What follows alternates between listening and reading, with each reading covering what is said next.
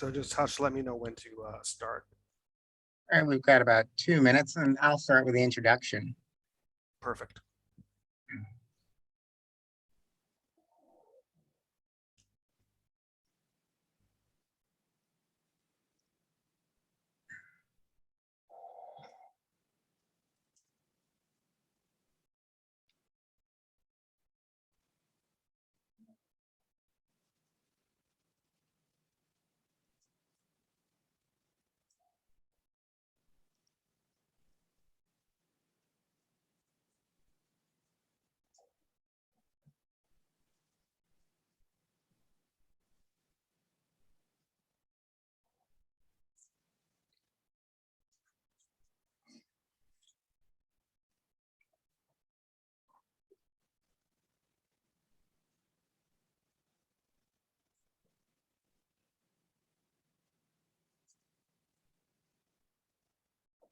And we've got about 1 minute. We'll let everybody get back, and there's some new people joining us, which is good.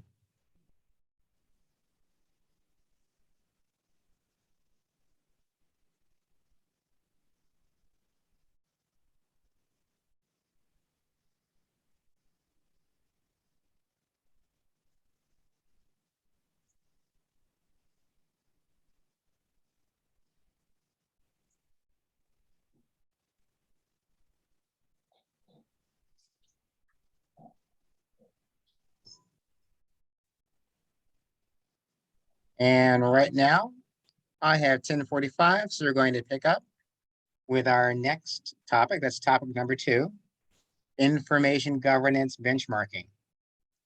A recent ARMA benchmarking report identified 8 critical impediments that companies face when promoting their information governance efforts. These issues range from internal matters, change resistance, and a failure to recognize the need for ongoing information governance investments to external forces, such as rapid increases in data volumes and rapid technology changes. Our discussion will describe these issues and will offer suggestions for overcoming them. Phyllis, Elin, PhD, and CEO of Knowledge Preservation, brings more than 30 years of executive level information governance consulting experience and is a published author and thought leader in the information governance sphere. Max Rapaport, General Counsel of Knowledge Preservation, is an experienced information governance and data privacy attorney, author, and legal project manager. And as I said before, please direct your questions in the chat room to Susan DeChico, and we'll have them read to our presenters at the end. So with that, I turn it over to Phyllis and Max. Thank you very much.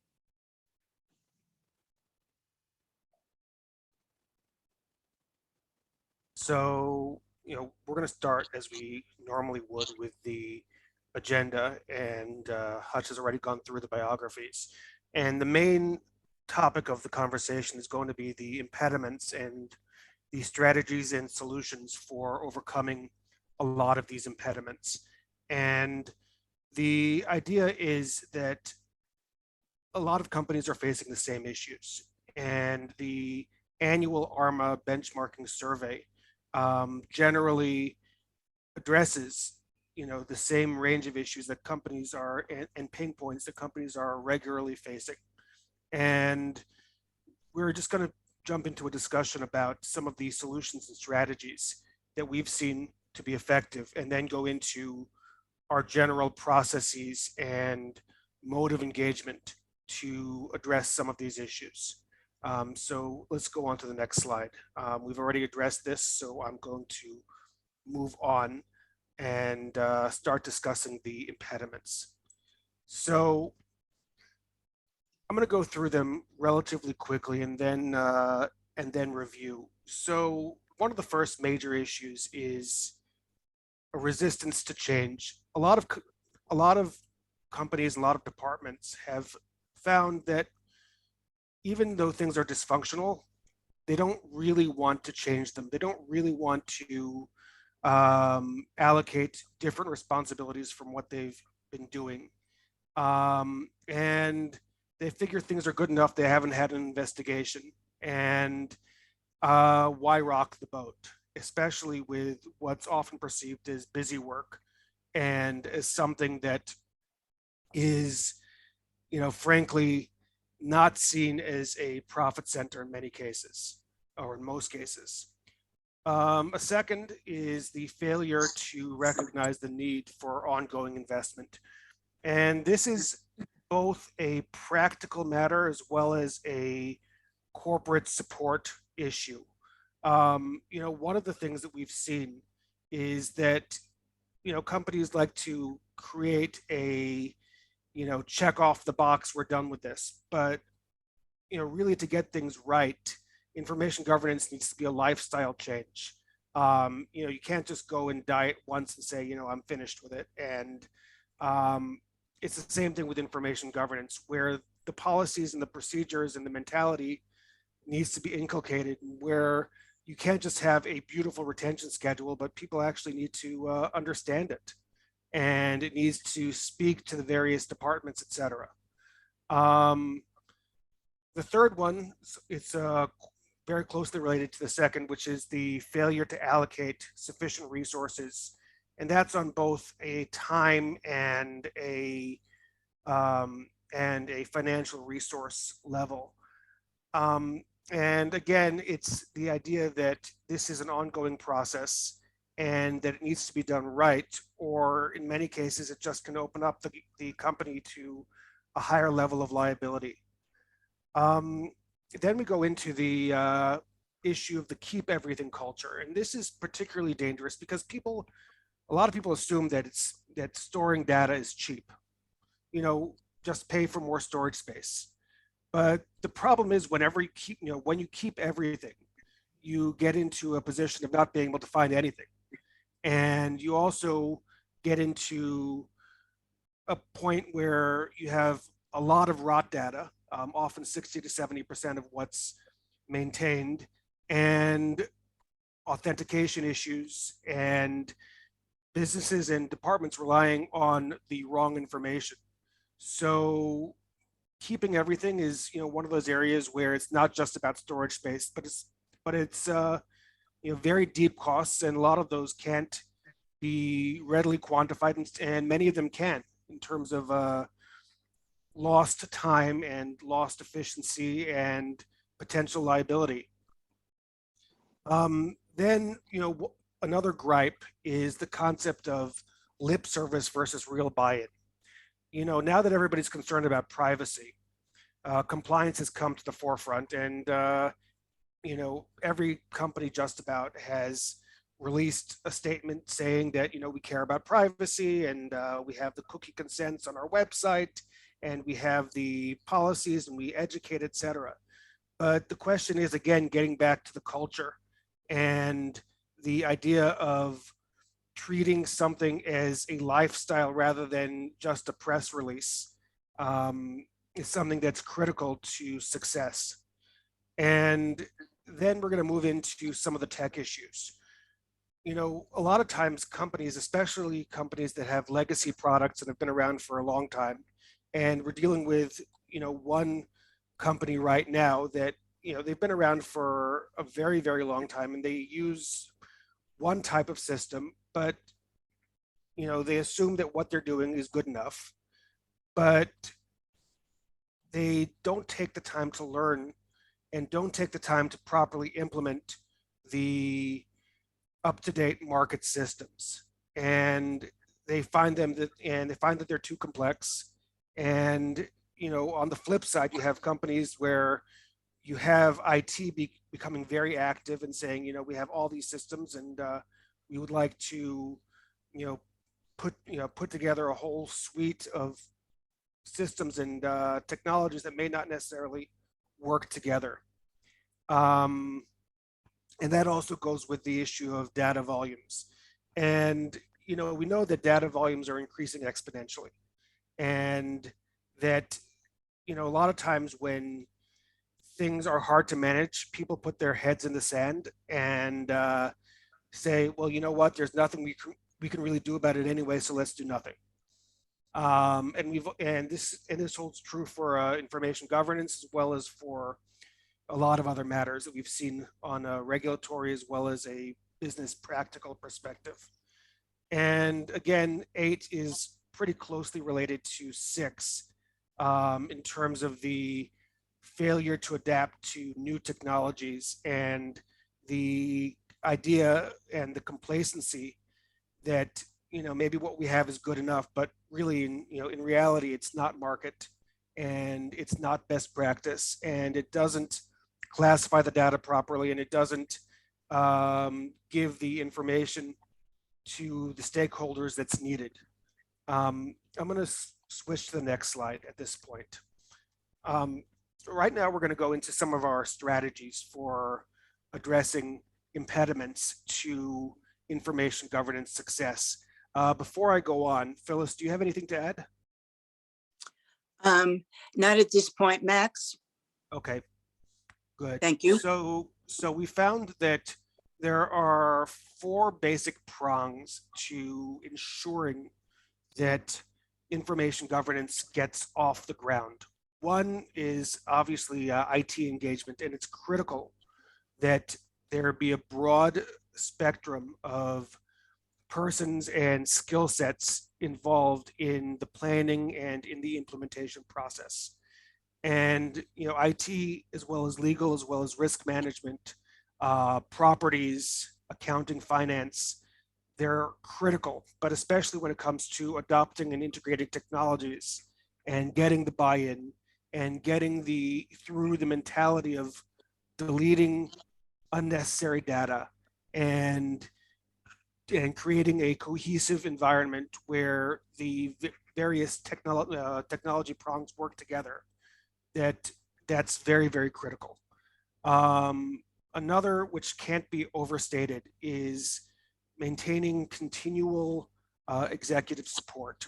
And the idea is, one of the things that we found is a lot of executives have very little time. And there needs to be a coherent and cohesive message and a clear value proposition. And one of the things that we do, and one of the things that information governance professionals in general do, is to work on crafting the messages and the strategies that will resonate with senior management to help the value proposition be understood. And some of the hot buttons are obviously privacy compliance, efficiency, the ability to answer customers, to find data properly, and also to make the right decisions. So it's something that needs to be done through generally a skilled project manager to create a coherent message and to get all of the various stakeholder languages together. Again, we're going to go into budget and audit, and that's pretty closely related to the C-level support. That there needs to be a realistic budget, and it needs to be based on what the organization needs and what their goals are. And generally, we're going to get into this in just a little bit, the idea of the needs assessment and the gap analysis to uncover a lot of the hidden issues and to create the budgetary and scope framework that is necessary to realize a company's information governance goals. And finally, there's, although it's labeled number 2, it's really related to everything else, the idea of broad staff involvement and the idea of having a compliance culture of policies and procedures that are easily understood and appropriate, and that the broad disparity of voices within the information governance management team and steering committee is legitimately heard, and that people do not feel left out of the process. I'm going to go on to the next concept in terms of the idea and the importance of the information governance team, and particularly from the project management standpoint. That one of the things that we've seen is that delivering a cohesive message through a single point of contact that will liaise with the information governance professionals as well as with the disparate voices, and also be able to communicate the concerns upwards is critical to ensuring that the goals of information governance are met and that the impediments are avoided. You know, the impediments are often, in many cases, internal concerns and management issues that need to be ironed out and that need to be explained and that need to be inculcated as part of the organization's culture. And obviously, you know, the legal and regulatory is critical in terms of explaining the value proposition and the risk.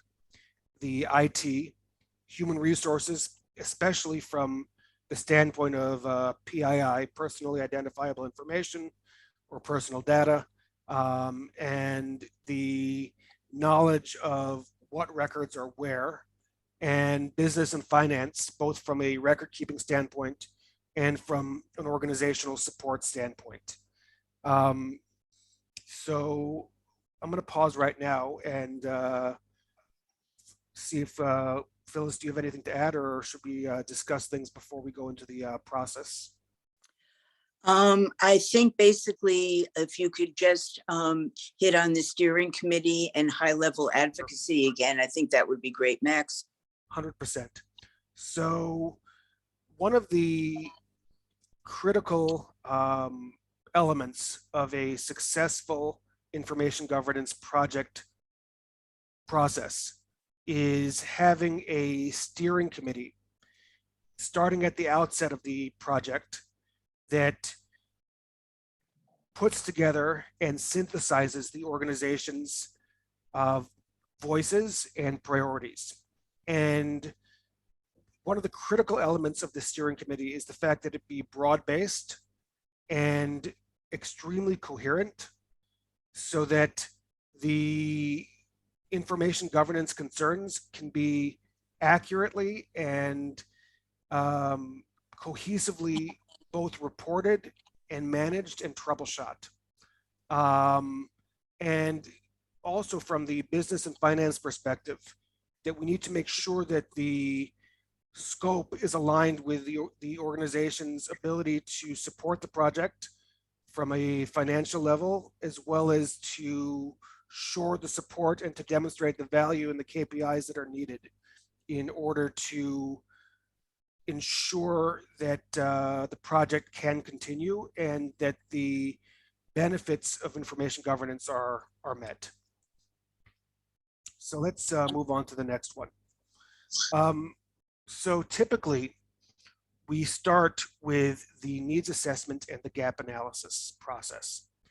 And the purpose of the needs assessment is to evaluate the current practices, to analyze, to prioritize, and to report the issues that the company is facing and the pain points in terms of risk, in terms of potential costs, and in terms of to-do items and priorities, as well as to benchmark the company against where similar companies, both in terms of size and industry, are performing from an information governance standpoint. And one of the things that we can't emphasize enough is that the way that we see it, information governance is, you know, it's legal, but not just legal. It's IT, but not just IT. It's risk, but not just risk. And getting back to the steering committee, that the idea of having a multitude of voices, so, you know, so that we don't have information siloed and so that we can achieve the benefits and essentially banish or overcome the impediments to create a market level performance is critical. And so the point of the gap analysis is that even if the company is not doing anything else, that they will have a report and a playbook of what to do. So we see it as something that's absolutely vital, irrespective of the future engagement, and that it really sets the tone for everything. Then typically we'll go into implementation. And implementation is basically matching the action items of the needs assessment and the gap analysis report to the broader information governance standards, to the financial goals, and to the priorities of the company. And it's a process that involves a lot of back and forth and a high level of cooperation. One of the things that we found is that the more that the stakeholders are involved, the more successful the project and the process is going to be. And that can't be overstated. And one of the elements of implementation, it can range from going through the various boxes to getting rid of the rot data to matching the records that are actually held to the retention schedule, to reviewing the retention schedule, and basically putting the to-do items and the priorities of the needs assessment and gap analysis into reality. And that goes into the training and the policies and the procedures, which is very ongoing. The idea is, again, we can't state this enough, that the policies and the procedures have to be living. They can't, there's almost nothing worse than having beautiful policies. It's like a country that has a beautiful constitution or a beautiful securities law that no one understands and no one follows. And we have all sorts of cases where countries have done that, for example, or companies have done that, where they have the most gorgeous constitution in the entire world that nobody understands, and that is honored in the breach. And when regulators look at what a company is doing, that there's almost nothing worse than having a gorgeous set of policies that no one understands and no one follows, because there's going to be a two-pronged approach following a breach or another adverse event. First, do you have nice policies? And second, do you follow them? And it's almost worse to be caught in the second after the first. And finally, maintenance. One of the ideas that we try to build on is that information governance should ideally be, in many cases, a build, operate, transfer model, with the idea that maintenance is critical post-transfer, but not on a full-time basis. And that in order to make the information governance goals a reality, the policies have to be updated, that particularly the retention schedules need to be current, that they need to reflect acquisitions and new business lines and new countries that are entered into. And the same holds true in general, that there needs to be refresher training, that we need to kick the tires and have the various staff give feedback on what they don't understand and what needs to be improved, and how we can create better KPIs and how we can create a compliance culture. And really that's about it in a nutshell. And I realize we're just a bit early finishing it, but the bringing it all together, that one of the issues with IG implementation, there are multiple issues, and it's one of those areas where, in order to make it work, we have to get rid of the bad habits. We have to ensure that the expectations are realistic. We have to ensure that we have the right technology. We have to ensure that the corporate support doesn't wane and that it's not seen as just another chore, another to do to get rid of and say, yep, we did it. We can go back and tell legal or risk management that we've done our part. But it needs to be a holistic lifestyle change. Just like if somebody's going to get healthy, they can't just say, well, I'm cutting out sugar and then never exercise. In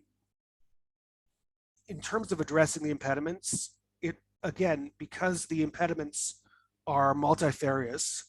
We need to have a holistic approach that involves all the key stakeholders, and we need to ensure that the approach has effective C-level support and is communicated in a way that's understood and that is properly budgeted and audited, so that when it gets in front of the board, it's not just seen as a cost center and as something that, oh my God, why do we have to do this? So the benefits and the risks need to be clearly communicated. And again, getting back to the issue of the steering committee and the stakeholders, we need to ensure that, the idea of one voice, or to the extent that that's possible within any organization. And we need to ensure that the stakeholders are properly heard and that the decision making is cross-cultural within the company, including IT, legal, finance, etc. And finally, we need to have a coherent process. And one of the things that we can't emphasize enough is that sometimes companies are not ready for the entire rollout, but that at the very least they should know, they should create a reality where they have a better understanding of what they don't know and what they need to work on, because that's going to be critical in terms of moving forward and in terms of avoiding a siloing of data and information, and in terms of creating future trust. And that's about it. Okay, we do have some questions. Is Knowledge Preservation a consultancy firm? Do you go into organizations and provide input on how they can get moving in the right direction? Max, you want me to take some of the questions? I think that that's great. Yeah. Okay. Yes, that's absolutely one of the things that we do at Knowledge Preservation. I would also like to mention that that oftentimes our clients would like to know what their competitors are doing. So of course we would not name names because it's confidentiality, but oftentimes our clients are looking, especially within the needs assessment and gap analyses, how they compare to others. And of course, we can help them along those lines. But I thought that that was very important to mention. And I would also like to mention from an ARMA point of view, industry specific entities and so forth within ARMA's broad brushstrokes are really important. And I have found through the years, being involved in a lot of the vertical markets for ARMA, you really learn a lot from your peers. So I think something of that nature is really important too. That's just an additional pitch for ARMA and some of the industry specific entities that they have. And I was sorry to break into my response, but I just wanted to mention that too, because I have been an advocate of ARMA myself for well over 30 years. So ARMA has been very good to me, and I always like to renew the favor and so forth. But did I respond enough by saying yes, will we do such things, or is there another part of that question? No, I think that's answering the question. Can you give your top 3 metrics that you generally have folks start implementing to show the value of the program, if you have a program that is already up and running? Okay, sure. Some of the metrics that they actually look for is a legally defensible program, and that's something that indeed for litigation or something of that nature, that the firm would not be considered arbitrary by the courts. So some of the things that you would be looking for would be an up-to-date records retention schedule, specifically for both the industry and the jurisdictions where business is taking place. In addition to which, policy and procedures that are germane again for the industry in locations. And what is really key is staff training once a program is rolled out. So it would either be train the trainer, train the user, but because information governance is absolutely one of the top 3 components of a firm foundation of a corporation, we make sure that we help our clients put together new hire packages that include records retention and policy, because everyone within the firm should understand how to follow best practice from a record keeping point of view. Great. Another question. How do you convince IT that a cloud solution, particularly for email, is not a solution for keeping everything? Okay, Max, you want to take that one? Sure. I think, first we can explain the risks of the keep everything solution in terms of rot data, in terms of the idea that, that the data flow and the data proliferation needs to be controlled, in terms of the legal risk and the idea that email does contain a lot of data that can be removed, but having arbitrary policies, for example, to keep, to delete data after 90 days is not a defensible solution, because a lot of attachments, for example, contain records. And to try and integrate the other voices within the team, including legal and risk management, into the discussion and explain why certain solutions aren't viable. Not to mention, do you guys ever go into the area of saying email, for the most part, should not be a business record? I understand that the attachments might be, but the email itself, and if it is a business record, then they should probably have a process to save it somewhere else, save it on a network file location where 100%. it's got it's got the right access or controlled access. That's something that we do stress in our organization as well, because we are about to move to email in the cloud, and those are the things that we're getting ready to implement. Yeah, and obviously to bring the security people in as well, to make sure that that things are properly protected, especially personally identifiable information. Right. And obviously HR would be part of the process as well. And I would say in general, we never want to keep everything. You never want to keep everything, and you never want to keep it forever. So that should not be the direction. And especially, you can, from a litigation discovery regulatory investigation standpoint, that being able to defensively destroy records after a certain amount of time can avoid having those damaging records show up in discovery. Right. And, nobody, it's like the lawyer, nobody wants to be the one who drafts the contract that ends up in litigation. Right.